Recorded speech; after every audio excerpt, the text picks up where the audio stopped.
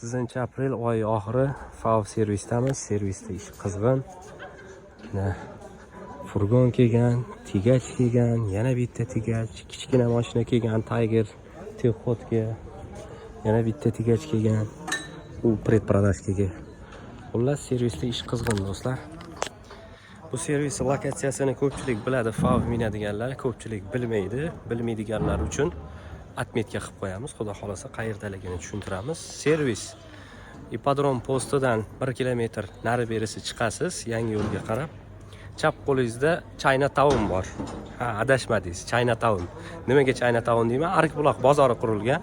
U yerda xitoyliklar ishlashadi asnovno. Mana Xitoy restorani ham bor bu yerda, даже 1-2 ta.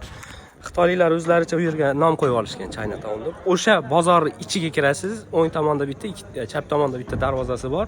O'ng tomondagi darvozasidan kirasizda oxirigacha yurasiz, mana shu servisga sizni olib keladi do'stlar.